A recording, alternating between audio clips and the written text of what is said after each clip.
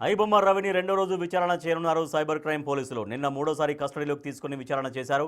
3 కేసుల్లో 12 రోజుల పాటు కస్టడీకి అనుమతిచ్చింది నాంపల్లి కోర్టు.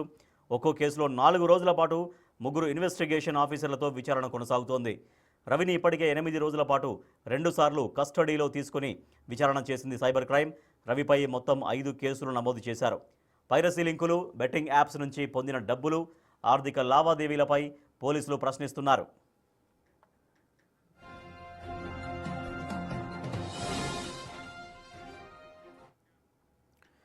మరింత సమాచారాన్ని మా ప్రతినిధి సురేష్ అందిస్తారు. సురేష్, ఇప్పటికే ఐబొమ్మ రవిని విచారణిస్తున్నారు, కొనసాగుతోంది పక్క విచారణ.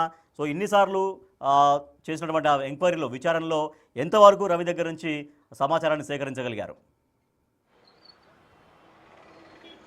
అంటే గతంలోనే 2 సార్లు కస్టడీకి తీసుకొని ఐబొమ్మ రవిని సైబర్ క్రైమ్ పోలీసులు విచారించడం జరిగింది. ఈసారి మూడోసారి మొత్తం 4 కేసుల్లో 12 రోజుల పాటు విచారించేందుకు కోర్టు అనుమతించింది. నిన్న మొదటి రోజు ఐబొమ్మ రవికి సంబంధించి వెబ్సైట్లు, ఆయన బెట్టింగ్ యాప్కి సంబంధించి ఏ విధంగా డబ్బులు సంపాదించాడు, ఎవరెవరి ద్వారా కాంటాక్ట్ అయ్యాడు, ఐబొమ్మ సైట్ను నిర్వహించడానికి ఎవరెవరి సహాయం తీసుకున్నాడనే దానికి సంబంధించి పోలీసులు ఆరా తీస్తున్నారు. అంతేకాకుండా కొన్ని ఫోర్జరీ డాక్యుమెంట్లను సృష్టించాడు కాబట్టి దీనికి ఎవరు సహకరించారు రవికి, ఆ ఫోర్జరీ డాక్యుమెంట్లు అన్నీ కూడా ఎవరి నుండి సేకరించడం జరిగింది. ప్రహ్లాద్ అనే వ్యక్తి పేరు మీద డ్రైవింగ్ లైసెన్స్, కొన్ని గుర్తింపు కార్డులు తీసుకున్నాడు కాబట్టి ఫోటో మాత్రం ఐబొమ్మ రవిది ఉంది, కానీ మిగతా పేర్లన్నీ కూడా ప్రహ్లాద్ అని ఉంది. ఆ ప్రహ్లాద్ ఎవరు, ఇతను ఎందుకు తీసుకోవాల్సి వచ్చింది, ఇండియా పౌరసత్వం రద్దు చేసుకొని ఇతర దేశాలకు సంబంధించిన పౌరసత్వం తీసుకున్నాడు కాబట్టి వాటన్నిటికీ సంబంధించి కూడా వివరాలు ఆరా తీస్తున్నారు. ప్రస్తుతం ఐబొమ్మ రవిని 12 రోజుల పాటు కస్టడీలో విచారించనున్నారు. విచారించిన తర్వాత వచ్చే సమాచారంతో కోర్టులో ఛార్జ్షీట్ కూడా దాఖలు చేయబోతున్నారు. అయితే ఐబొమ్మ రవి దాదాపు ఆయన 3 అకౌంట్లకు సంబంధించి 3.5 కోట్ల రూపాయలు పోలీసులు ఫ్రీజ్ చేయడం జరిగింది. అవి కాకుండా ఇంకా ఎక్కడెక్కడ ఆస్తులు కొనుగోలు చేశాడు.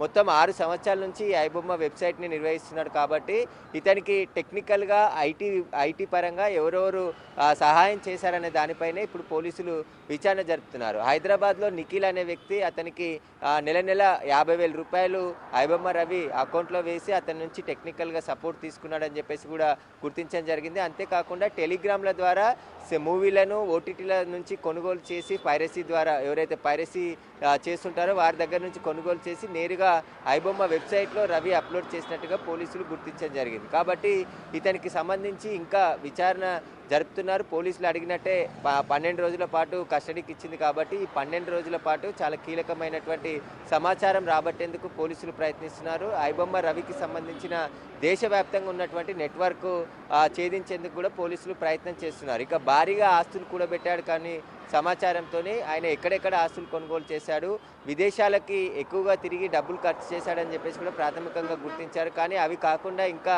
ఆస్తులు ఏమైనా కొనుగోలు చేశాడా రవి, ఈ రవి ఎందుకు మొత్తం పైరసీ చేయాలనుకున్నాడు, గతంలో ఆయన చెప్పినటువంటి మాటలను మళ్ళీ రీక్వశ్చనింగ్ చేస్తున్నట్టు తెలుస్తుంది.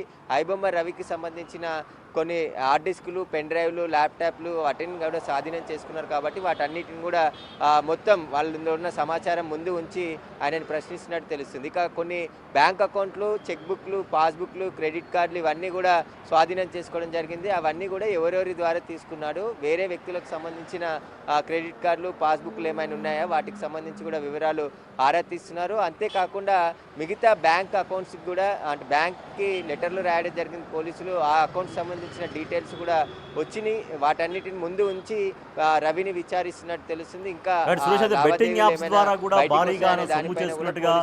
భావిస్తున్నారు, అనుమానం వ్యక్తం చేస్తున్నారు. దానికి సంబంధించి అంటే గతంలో కస్టడీకి తీసుకున్నప్పుడు కూడా దాని గురించి అడిగారు.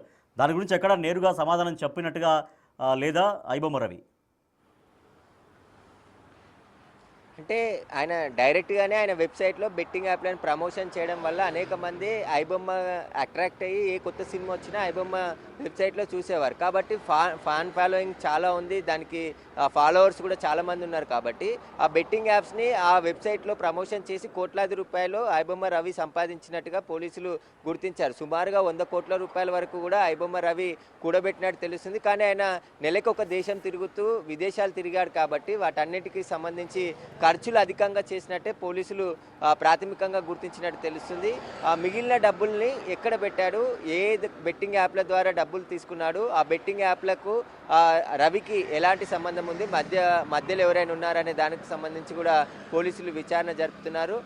పూర్తిగా విచారణకు సహకరిస్తున్నట్టు తెలుస్తుంది. ఎందుకంటే తాను ఒక్కడనే చేశాను, తనకు ఎవరితోని సంబంధం లేదు అని చెప్పేసి చెప్తున్నాడు. కానీ విదేశాల్లో ఉన్నటువంటి కొంతమంది పార్ట్నర్లని పెట్టుకొని ఈ ఐబొమ్మ వెబ్సైట్ నడుపుతున్నట్టు పోలీసులు గుర్తించడం జరిగింది.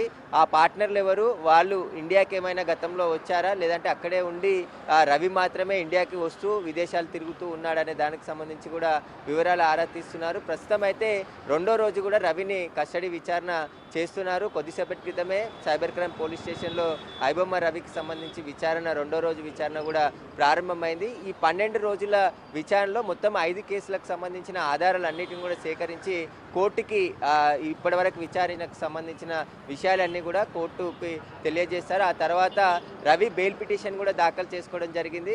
కస్టడీకి అనుమతించారు కాబట్టి బెయిల్ పిటిషన్ని రద్దు చేశారు. కస్టడీ పూర్తయిన తర్వాత మరొకసారి రవి న్యాయవాదులు నాంపల్లి కోర్టులో బెయిల్ పిటిషన్ కూడా దాఖలు చేయడానికి సిద్ధమవుతున్నారు.